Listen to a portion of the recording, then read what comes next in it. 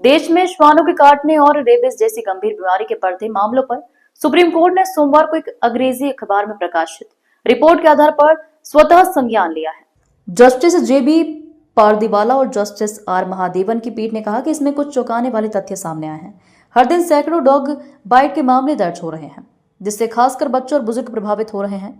Court ने इस report और अपने आदेश को मुख्य न्यायाधीश को भेजने के निर्देश दिए हैं ताकि आगे की कार्रवाई की जा सके। इंदौर के महापौर पुष्यमित्र भार्गव ने कहा कि अब आशा की किरण नजर आती है, क्योंकि सर्वोच्च न्यायालय ने स्वयं संज्ञान लेकर स्ट्रीट डॉग के मामलों को गंभीरता से लिया है। महापौर ने विश्वास जताया है कि यह दिशा निर्देश केवल एनसीआर तक सीमित नहीं रहेंगे, बल्कि देश के अन्य नगर निगमों में भी चालू होंगे, जिससे डॉग बाइट के मामलों पर नियंत्रण पाया जा सके।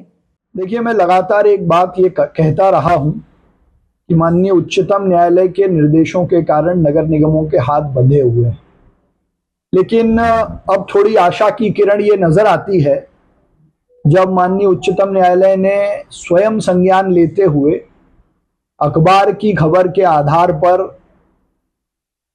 स्ट्रे डॉग्स को गंभीरता से लेते हुए आज उसकी सुनवाई की तारीख फिक्स की थी।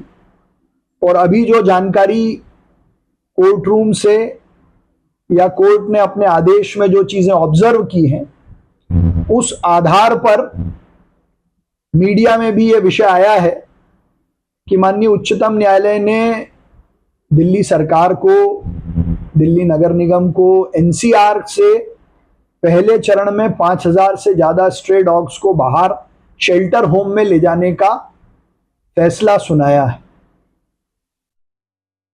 मैं अपनी ओर से ये मानता हूं कि ये निर्णय केवल एनसीआर तक सीमित नहीं रहेगा। देश के अन्य नगर निगमों में भी जहां स्ट्रेट डॉग्स का मेनेस या आवारा कुत्तों के कारण डॉग बाइट्स के जो केस बढ़े हैं, उनको कंट्रोल करने के लिए ऐसे दिशा निर्देश देश के सभी शहरों पे लागू होंगे, ऐसा मुझे विश्वास है।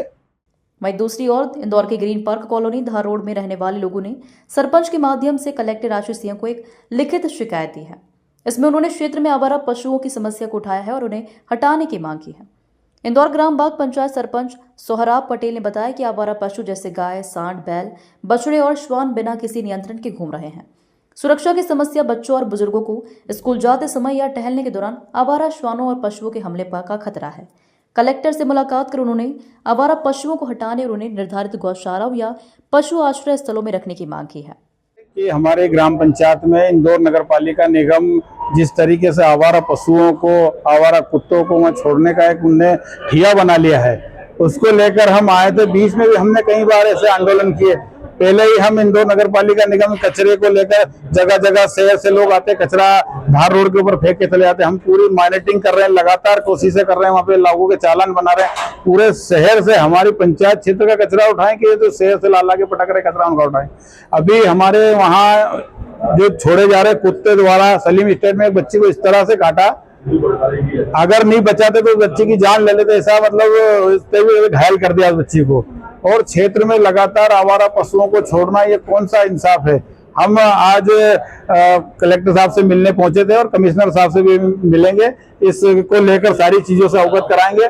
उसके बाद भी अगर हमारी समस्या का निराकरण नहीं होगा तो हम प्रदर्शन करने की नौबत आई तो प्रदर्शन भी करेंगे, क्योंकि हम आवारा पशु से हम भी इंदौर नगर पालिका निगम शहर को स्वच्छ और जानवर मुक्त करना चाहती है, हम भी उसमें सहयोग करते हैं। मगर इसका मतलब ये नहीं कि शहर से लाके तुम हमारे गांव में छोड़ के हमें परेशानी में डाल रहे हो। तो ये लगातार हम कोशिश कर रहे हैं। और हमारे यहाँ एक बच्ची को इस तरीके से काटा कुत्ते ने कि उसकी जान चली जाती।